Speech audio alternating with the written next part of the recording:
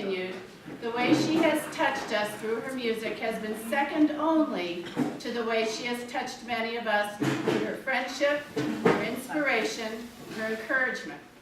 Shirley Drottliff shares with us a very special message about how Esther touched her life in a very special way.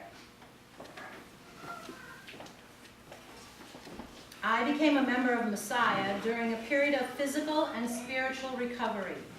Esther and I met shortly thereafter. I don't quite remember how, but I'd like to believe I had the good sense to march up the loft stairs and thank her for all the excellent preludes, offertories, postludes she prepared for our worship services. If I didn't then, please accept my thank you now. What I do vividly remember is the content of a significant conversation we had one morning after service.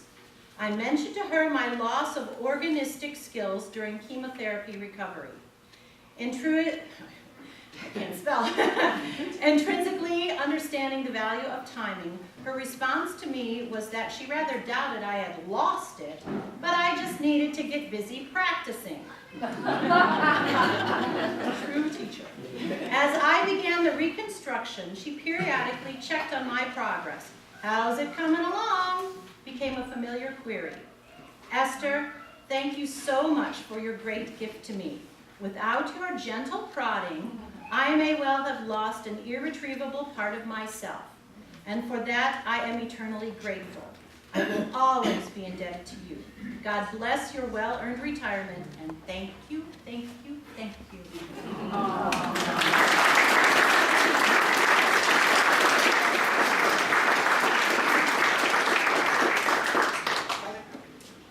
And, finally, Vicki also has a very special message of her own about Esther's influence in her life from when she was a wee little lassie to today.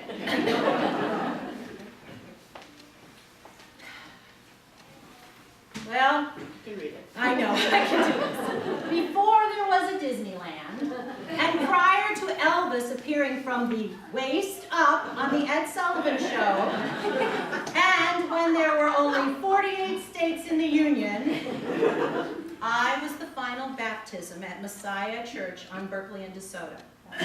Therefore, that makes me the matriarch of this Messiah.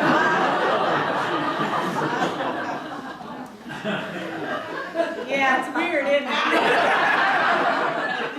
That's scary. I have known Mrs. H, as Michael and I fondly call her, all years of my life.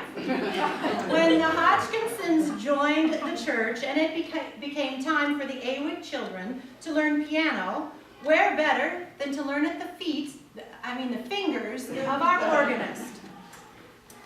Thus began our relationship. I learned scales, and scales, and scales, and scales.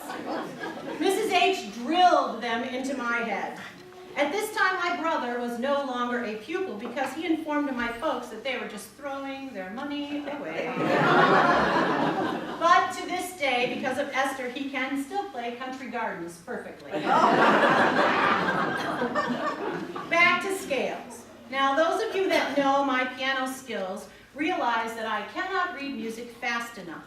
But if you put those chords in front of me and a melody, I can fake with the best of them. Because of Esther and her scales.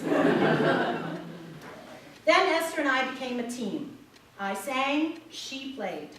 We brought the unthinkable into Messiah, Jesus Christ Superstar. We performed Godspell during the sermon softly, and then I danced down the aisle to Turn Back, Oh Man. We were a duo. Of course, there were weddings and funerals and duets with Fritz, my dad, and we became more comfortable with each other. However, the greatest honor for me was when I became Messiah's choir director and Mrs. H and I became a different kind of team. We worked together. I have learned so much from this woman, and because of her gift to me, I try to share this knowledge and love of music to my students and my most wonderful and faithful choir. So,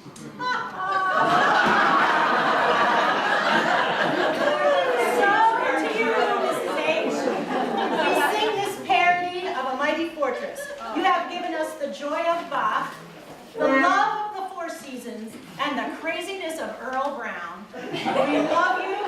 Thank you. Choir, you ready?